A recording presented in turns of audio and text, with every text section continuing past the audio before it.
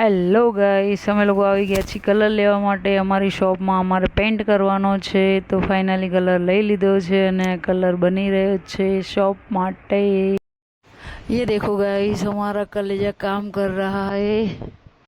Guys, અમે લોકો આના માટે ખૂબ મહેનત કરી રહ્યા છીએ.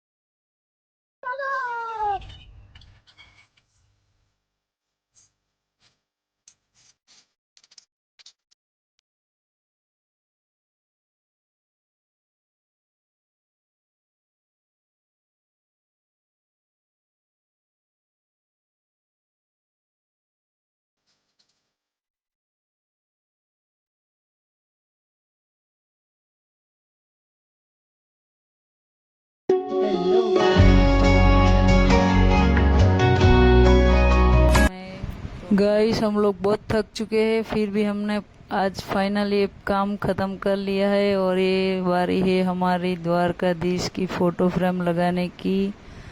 तो ये हमने कील लगा दी है और फाइनली हमारा द्वारकाधीश की फ्रेम लग चुकी है. गाइस, कैसी लग रही है देखो.